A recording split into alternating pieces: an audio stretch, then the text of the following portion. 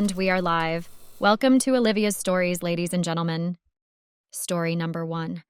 Hey, Reddit, Jack here, navigating life post-divorce at 35. Recently inherited a fortune from my dad. The catch? My ex-wife, Sarah, 35, and I were in the midst of our divorce when this windfall happened.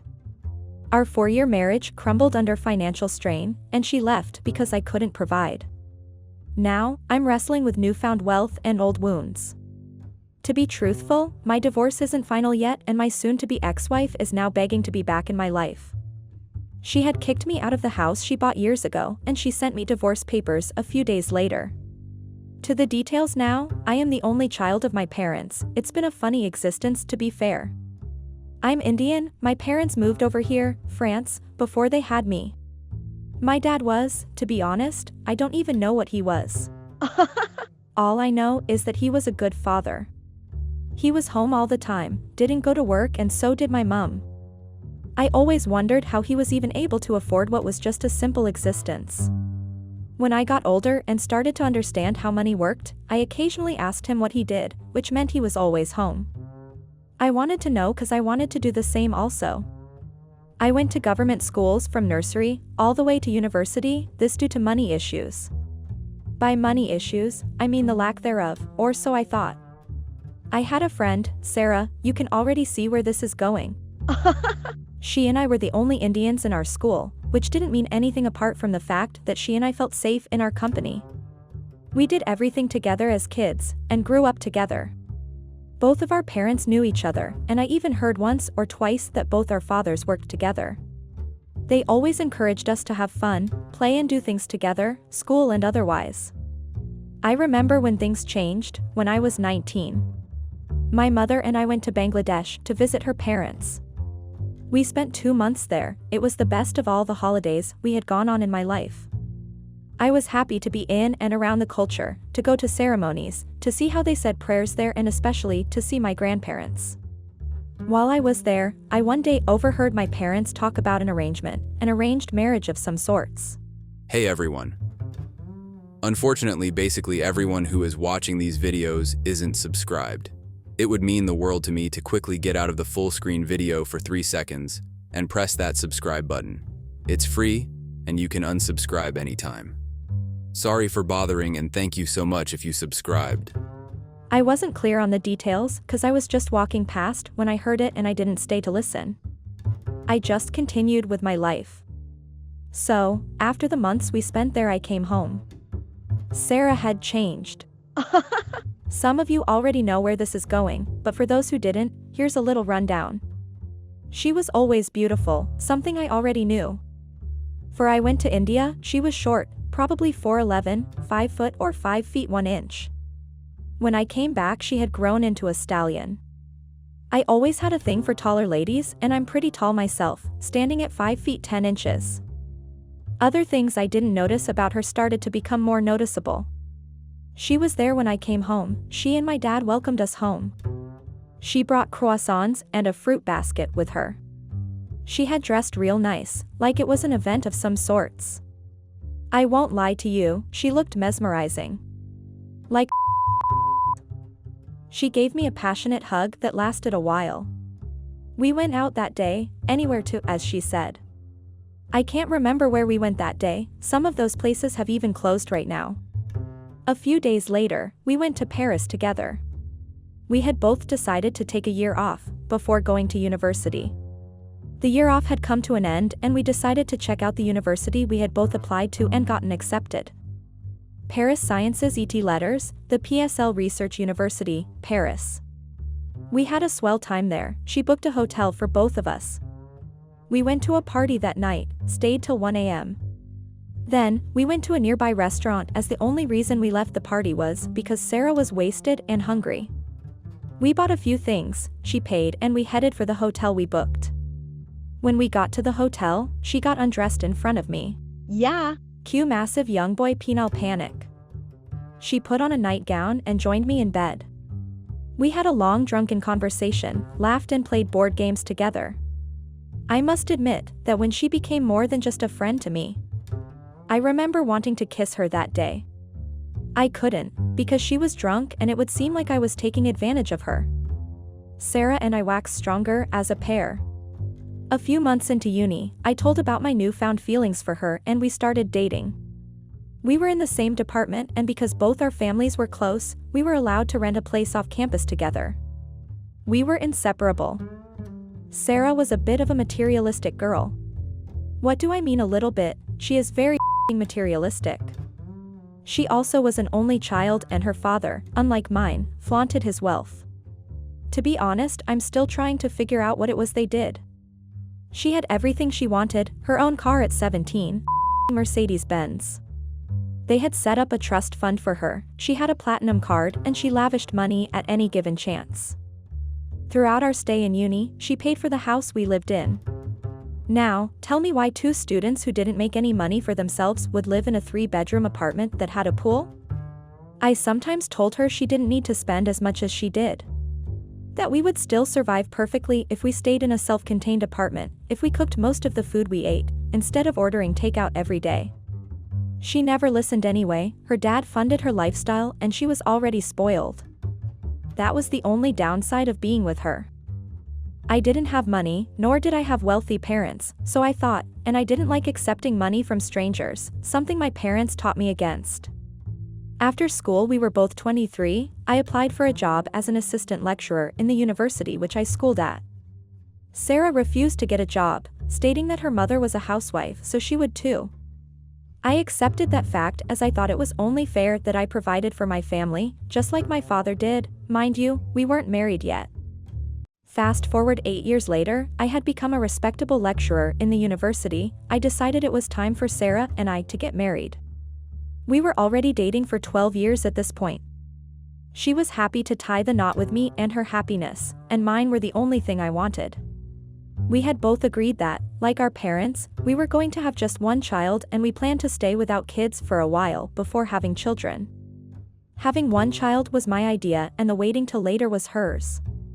We were very compatible and everyone around us saw that. One problem though, a year after we got married, Sarah's father stopped funding her extravagant lifestyle. His words were, "You're now married, so your husband should now cover your expenses.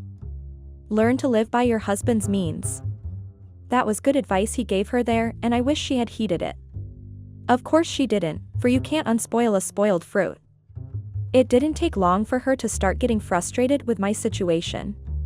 My father and hers had tried to lure me into their business, which I didn't join cause it sounded shady. Maybe that was why her father cut her off. She started nagging me, she started denying me time with her, and sometimes we didn't even talk for weeks. It was annoying, how could something so sweet go sour so quick? She even vowed to make my life a living hell. She fulfilled her promise, trust me. I started to hate going home. The lecturer's salary I earned wasn't much, but to me it was an honest living. It was enough to more than take care of both of us and even enough to add a child's expenses. But nope, no way, she wanted me to earn $500,000 or more a year so she could have enough money to buy a Maybach every other day. She wanted Chanel purses and Louis Vuitton bags, one of which cost more than I earned in a month. It didn't take long for her to decide she's had enough. At the 3-year mark, as I planned our 3rd anniversary, she changed the locks on the house. It was a big house, one she bought on a whim because she had the money in her trust fund. I swear she really knew how to make a man cry. She kicked me out of the house. The very next day, as I walked into my office in school, there it was, divorce papers. I sat there, deep in thoughts. I didn't know what to say or do, I didn't know how to feel or how to try and fix it. I went home to my dad's. I didn't show up at work for days. I was thinking about how I lost my best friend, my lover and my woman. I stayed home for a while as I tried so hard to get my life together. I started going to the gym.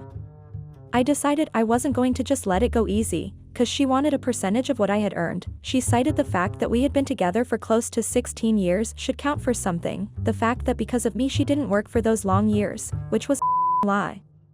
I had to go to court. My parents opted to stay out of our little disagreement, as they thought we would settle our dispute. While I was home, my father tried again and again to make me join in his business. He respected the fact that I wanted to teach but wanted me to have a good life. He claimed that working with him would give me just that. I didn't want to join him because I had a bad feeling about it, and also, I felt that staying home all day would definitely not be good for my mental health. At some point my father stopped asking. Just 5 months ago, my father died from what seemed like a heart attack. He was buried days later, as was a part of our culture. His lawyer met me at the burial and told me that his dad had a plan and in a few months he would read me his will.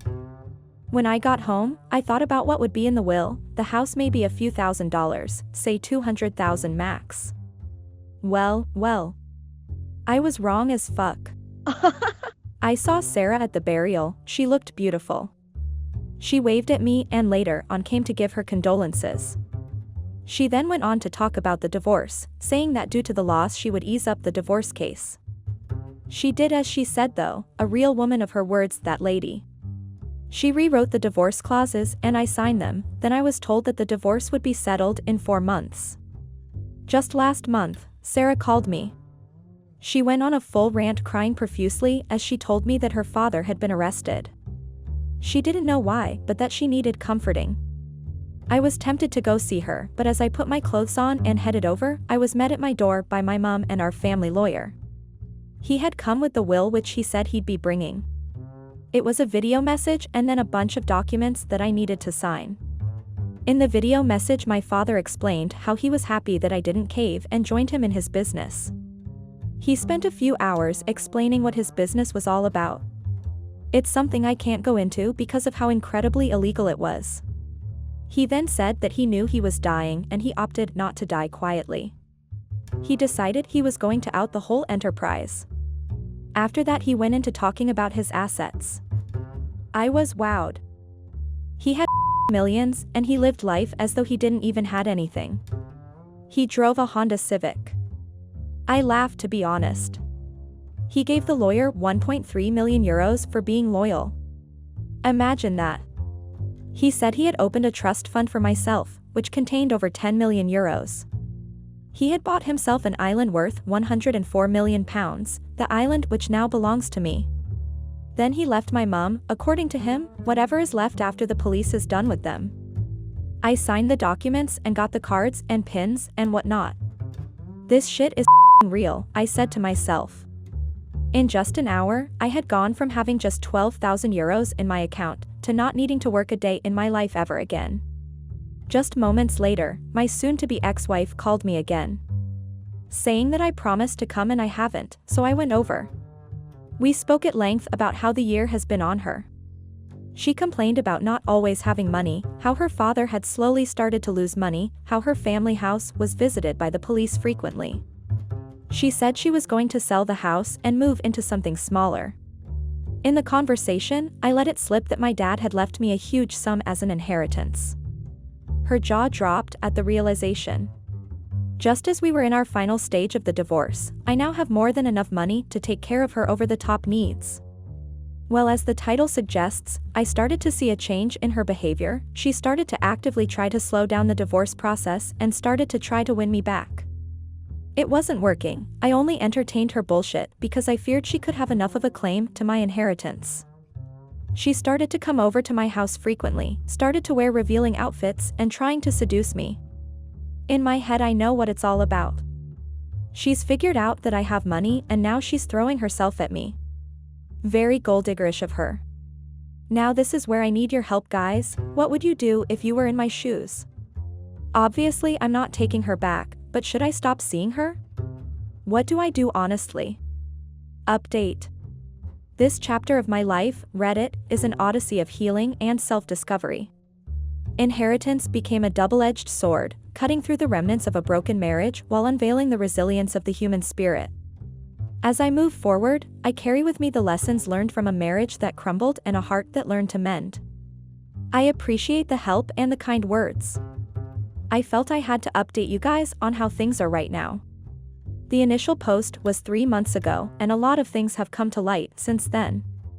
My divorce has been finalized, which is one, so I don't have to see or speak to Sarah except I decide on my own to do so.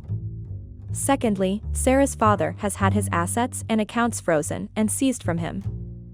Everything he and my father illegally obtained over the last 40 years were stripped off him. I started to wonder how they didn't even get to me. This was something quite interesting. After they took what they took off my mom, she still had over 787,000 euros, which she decided she would move home to India with. She left just last week. Now on to my wife, or better suiting, ex-wife.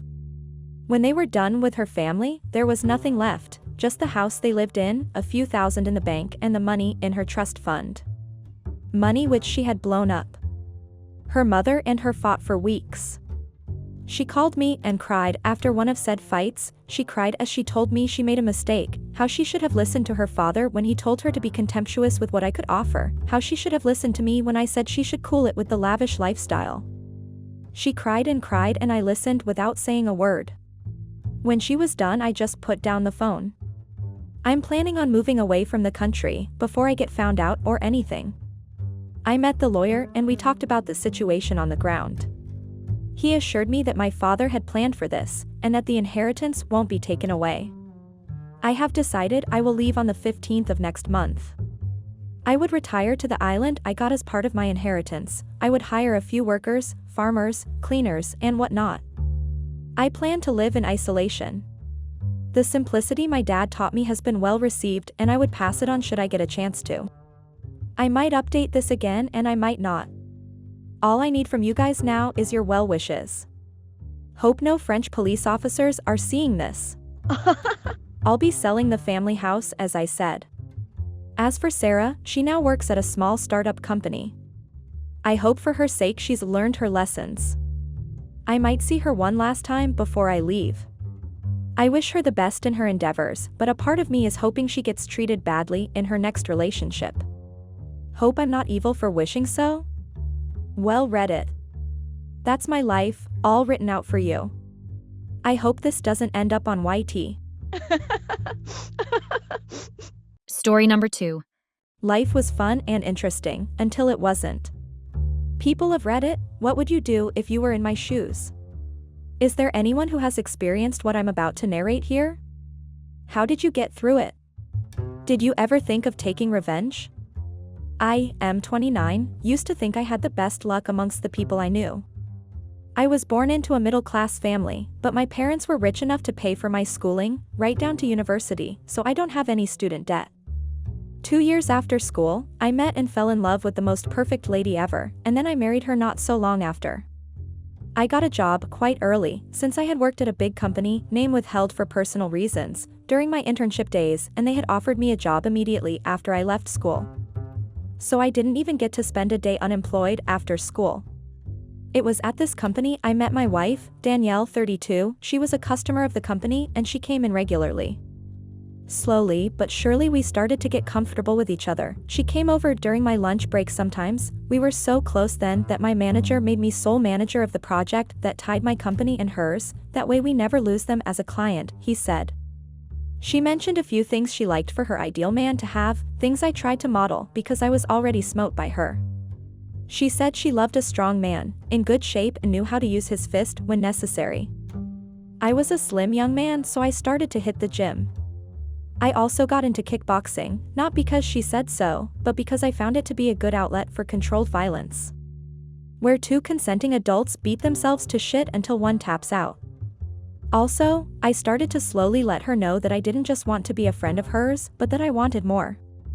I started to flirt, tried to be charming and chivalrous, and was pretty telling of my intentions. At first she was put off by the age difference, as I was 2 years younger than she was. With time though, she started to also take a liking to me, which was good. Hey everyone.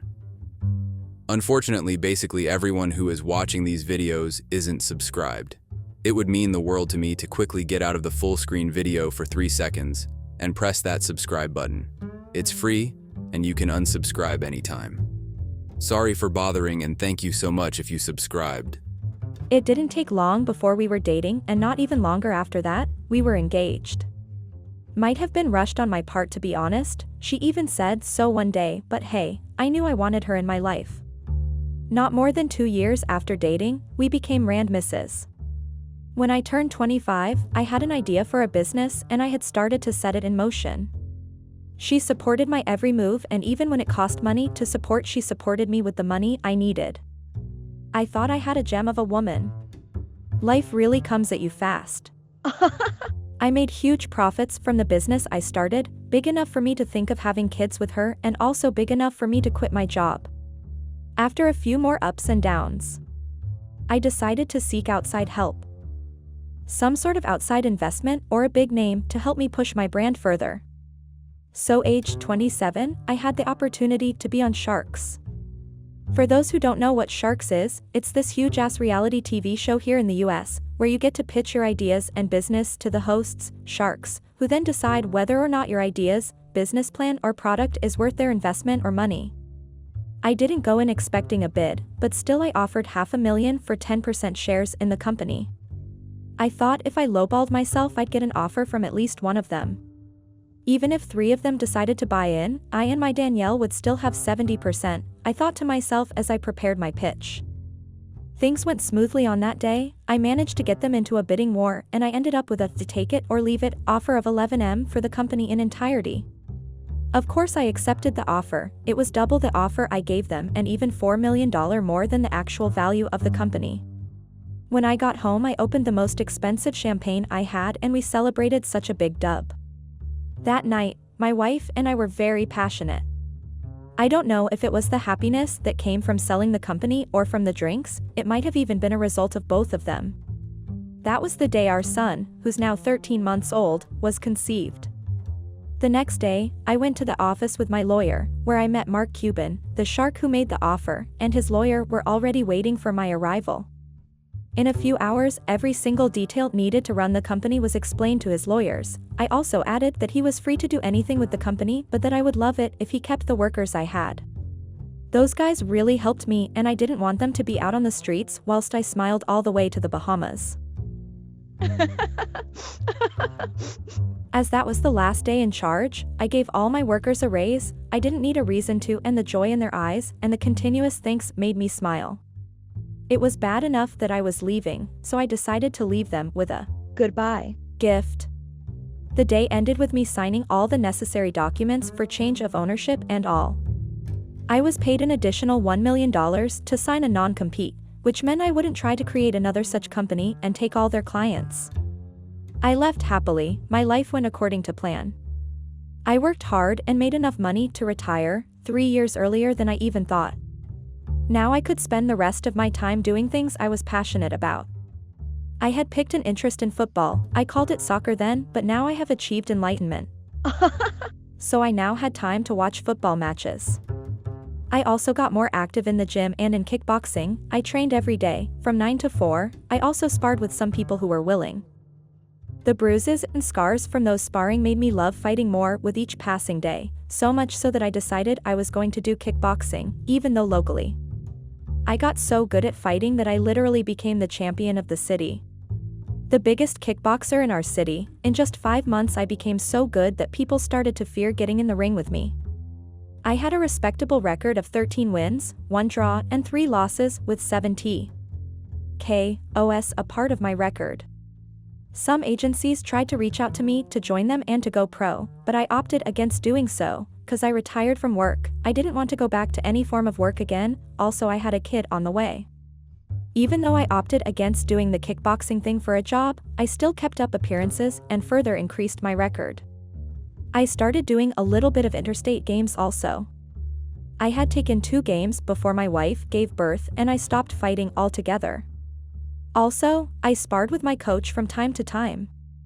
My coach was a middle-aged man who used to be a pro boxer. He wasn't a good boxer and had more losses than he had wins. Sometimes I even wondered why I let him coach me. He was absolutely ripped and shredded and was about 3 inches taller than me. My wife put to bed on the 25th of December, 2021. Yep, you bet your ass I named him Jesus. I had become something of a public figure in the city, a kickboxing sensation, they called me. I was just 27 then, so I guess one wouldn't have been wrong to think that I was an upcoming kickboxer. I drove her to the hospital that Christmas. The roads were free, so I sped through, no regards for the law. I hurriedly got her a room and within a minute she was already 7 centimeters dilated, so the birth process started. I sat there, holding her hand as she pushed the child out. It was a boy. A carbon copy of myself. Anyone who knew me would know the kid was mine at first glance. I had a mini-me. My joy knew no bounds. Weeks after childbirth, my wife started to change. I had decided that we were moving to a more quiet environment to raise the child and other subsequent children, but my wife, who initially loved the idea, now hated it. This wasn't the only thing she now hated.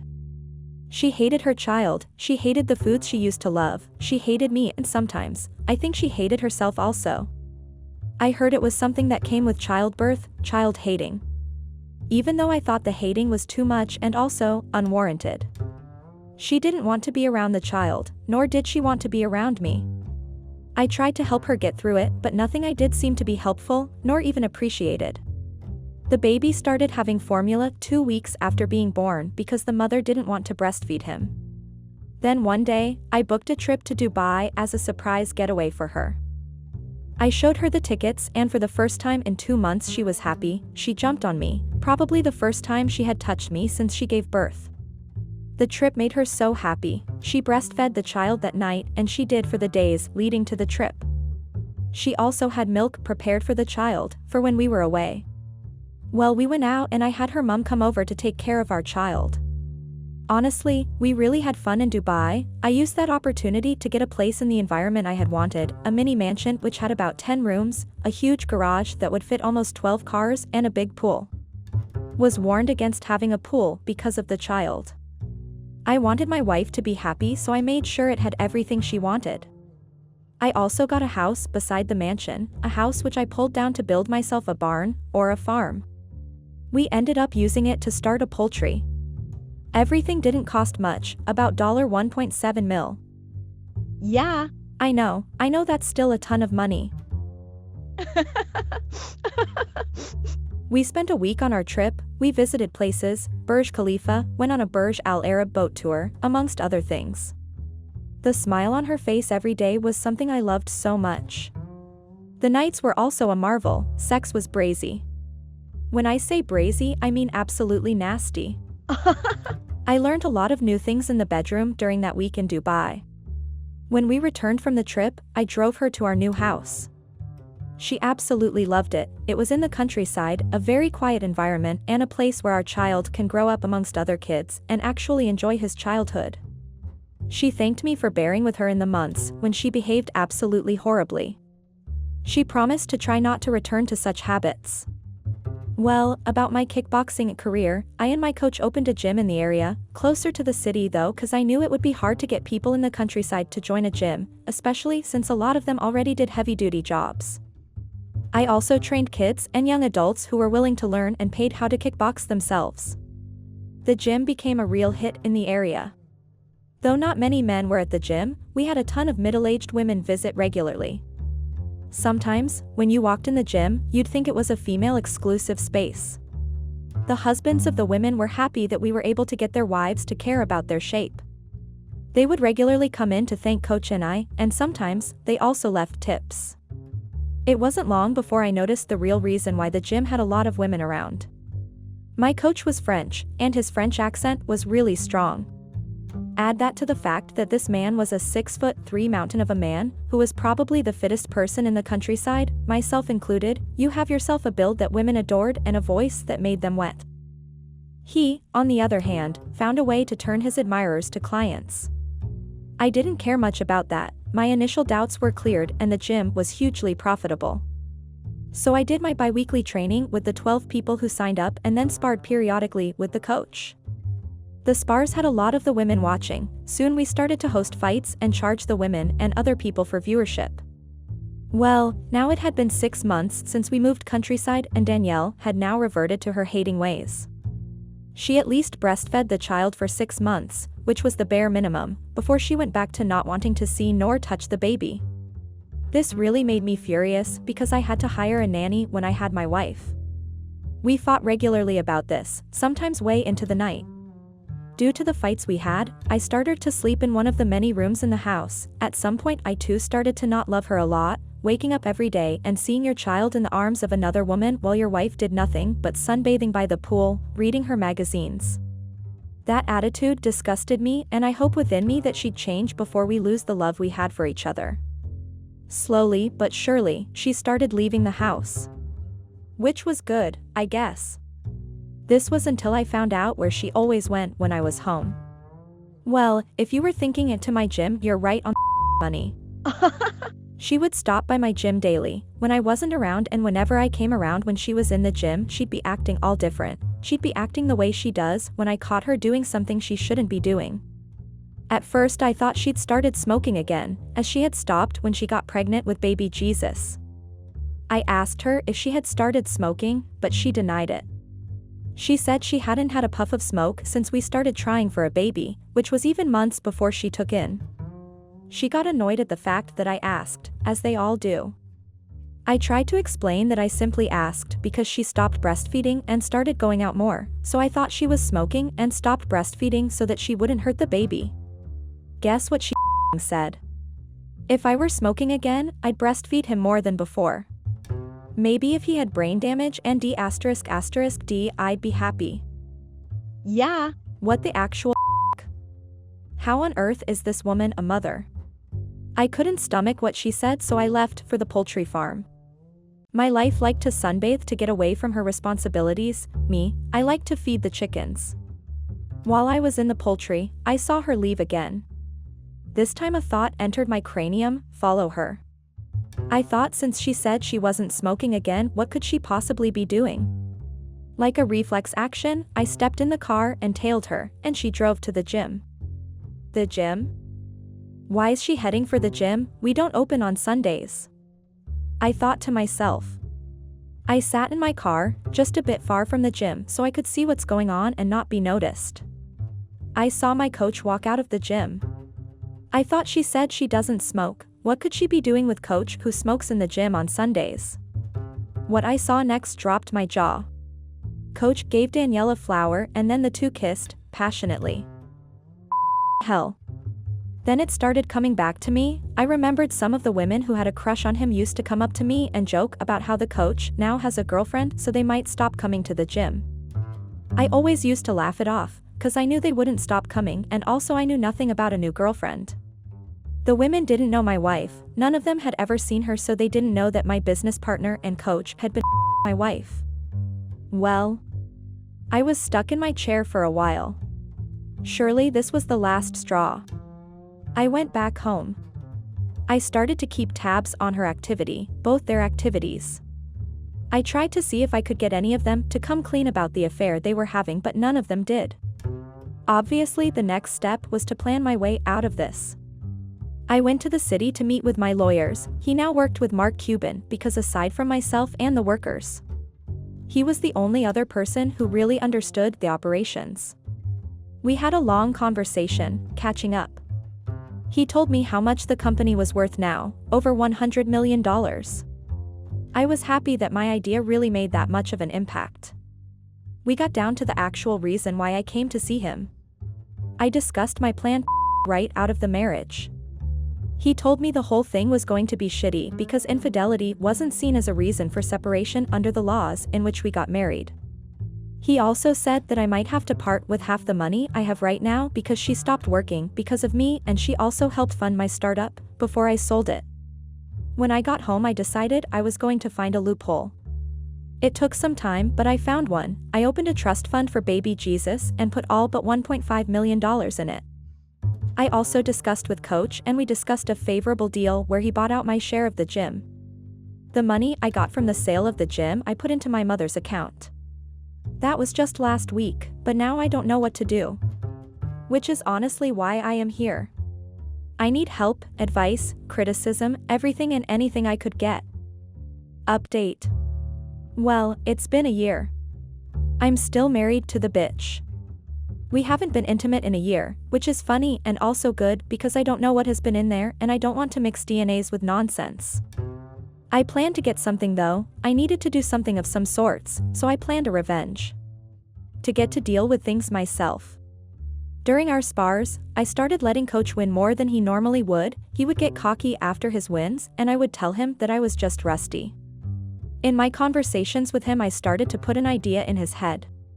A no-holds-barred match. At this point, I had strategically lost 17 spars in a row against him. Slowly but surely, he bought into the idea. He started to train for the match, and we started to advertise it. Most of the women who liked him had got tickets to distribute to friends. I made sure it was going to be big. The only thing I didn't do was televise it, though I had the means to. When the day of the match drew closer, my wife started talking to me more about it.